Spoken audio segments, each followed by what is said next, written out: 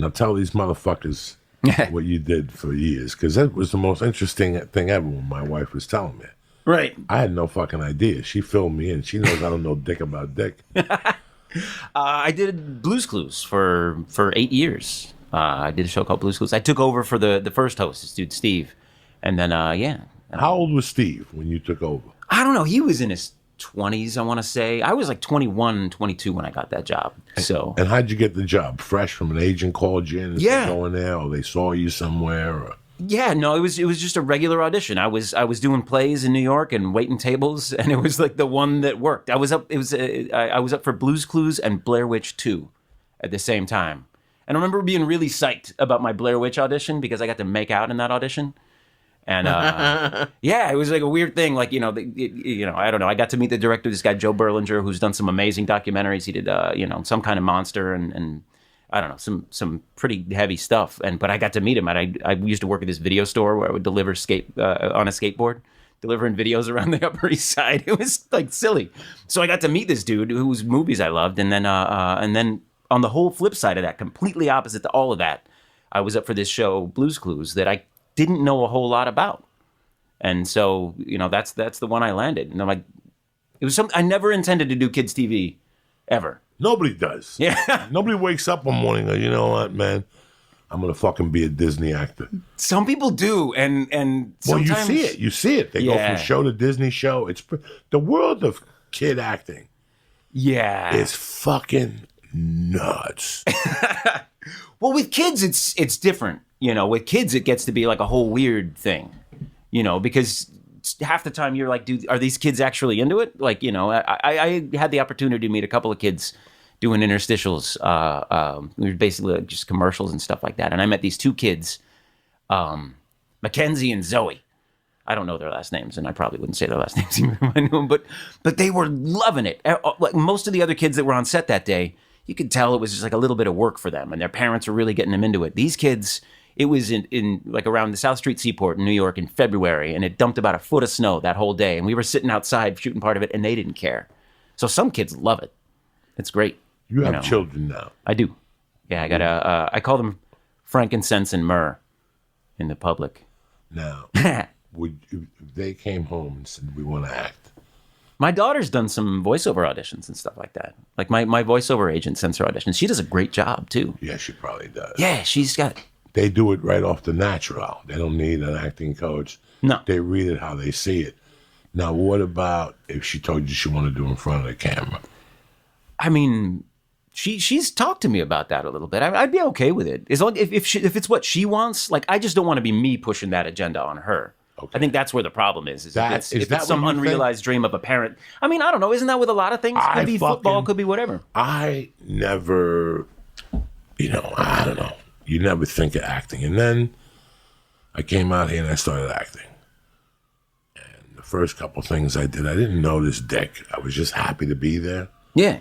And then I started landing roles that involve kids.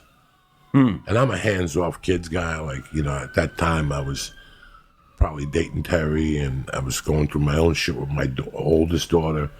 So I was like, I ain't talking to fucking kids. Kids are the last thing I want to talk to. But every once in a while, you have to talk to them. You have to talk to them. You're in a scene with them, and I get to see their parents. Yeah. And I get to see the story, After a few days, like when you're a kid on set for one day, you really don't see shit. It's after a few days. First off, a kid can only shoot like 4 hours, right? Yeah, there's tons of rules about weird. It's like weird. They have to get... They have school on set, on don't the they? set, yeah. There's teachers on set. Yeah, if they do enough. There's teachers on set. And, dog, I did a string of movies with kids. And the teacher on that set was creepy. That one. Really? Time. Yeah, because this production company was cheap. So they always hired the cheapest they could to do things. And the teacher they had, I could tell he was like a molester. Like I could tell, like I was looking at him going, oh, this motherfucker. I had my eye on him the whole fucking time. But then I did TV shows with kids. Yeah. And that's when I noticed the creepiness. Well, Joe, you told me a story about like an audition you went on. Right here on Ventura. With that woman on the floor or something? 15 years ago. Right there, where they audition people in Studio City for commercials. It's Yeah, a big yeah. building. I think it's next to All Can Harry's or something. Sure. It's like Yeah. a big, Yeah. big fucking place where it was a day like this, where it was drizzling out, going to rain, back to drizzle, and when you had to park a block away and fucking dry, like walk a block, like it was packed. This is in the height of the audition stage where you were going to 2 commercial auditions a day. Like you would be leaving one and they'd be hitting you up to drive to Bundy because they're looking for a hand model. You know, shit like that at 5:45. This is crazy, Lee. This is pre-2005 where you went out a ton in this town. A ton if you had a heartbeat. And I went to this fucking place. It was raining out. And I walked in and people were in there sardined. Yeah. Like they're sardines, but this little Asian girl. Beautiful. You know, you gotta be 8, 9. You could tell the kid's gonna be a fucking star. Yeah. And I got no problem with that. The problem I had is that she had her headshots, like 22 of them laid on the floor. And she was taking this much area of the room while other people were standing outside, and the mother didn't say nothing. Was it all the same picture, or was it No, different all pictures? different. Her little girlfriends were picking out pictures. I think it creeps out the kid a little bit if the kid is not prepared for that situation, if you take that kid past a certain level.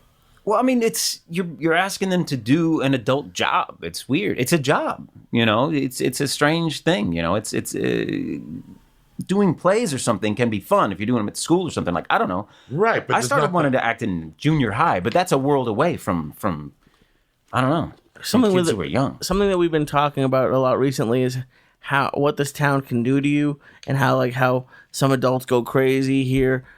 I can't imagine growing up from that and being 8 or being 4, and then from literally your entire life, people are kissing you out, doing whatever, and like maybe that's why there's a lot of child actors who have issues, because maybe at 20 something they don't get some gigs and they're used to people being certain ways. Look, you've seen it. We've had a few fucking crazy people in this fucking place that they were child actors, and you see the difference.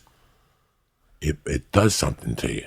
I don't know if I want mercy in that world, right? I just don't even like it. Yeah. I don't even like the parents.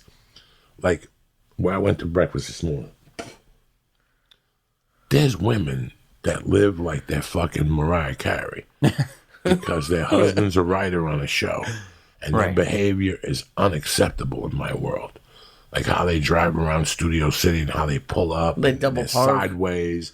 Yeah, they pull up and they double park. And they just don't give a fuck. And at the end of the day, your husband's just like me. We're just a piece of meat. Sure. I don't know why the fuck you're driving around acting like, the town drove that lady crazy. She started believing the hype at the parties and shit like that. I can't imagine what it does to a young mind. But my point in this whole fucking thing was, there was one show I did where I recurred, and that was the first time I saw the creepiness of, it's like the kids are puppets for the parents. Now, I'm not saying all of them. I'm not saying all of them. I'm just saying, like, out of the 5 kids on that particular show, 2 of the parents were beyond creepy. But then I did a guest star on another kid's show. And I had a great experience. The director was fucking phenomenal. Yeah. How he worked with those kids was brilliant. The only thing I found weird on that set was the parents. That one was this was the pinnacle of the biggest kid company, which is Disney. This was one of their hit shows. And I talked to the one mom. First of all, on shoot days, you think the moms are going to shoot. Right. You think the moms are going to shoot. The moms, all of them have fake tits. All of them had liposuction. I mean, they're hot. What people call MILFs, hot. Sure. Whatever, hot white women. I don't fucking know. Like, these are MILFs. Do you think they dress up to try to get discovered for the show? Like, I don't know. You don't understand it. But then you talk to them, and they'll tell you different situations.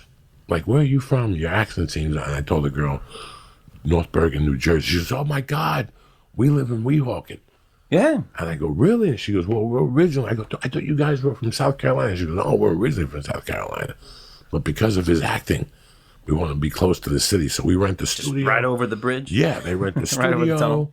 for like $2,000 a month. And I go, where's your husband? And she's like, my husband's back working.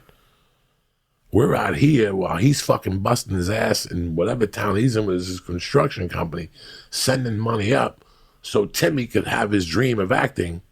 So the kid was doing like plays in New York. So the mom would get up with the kid and just haul off to different cities. He was telling me the story. It was like being like your daughter's like in softball, only for acting. Yeah. But you see it like the parent was maybe a failed actor or maybe never even fulfilled that dream. So they push that dream on their child and you see it. Yeah. That's, I mean, I don't want to tell anybody what to do ever. In my whole, like, I kind of lived my entire life to try to never, ever tell anybody what to do.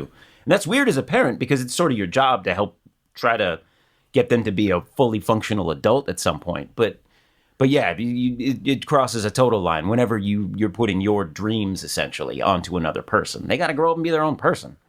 I don't know. It's not like anytime I feel like I say anything, like I know what I'm talking about when it comes to parenting. My kids are young.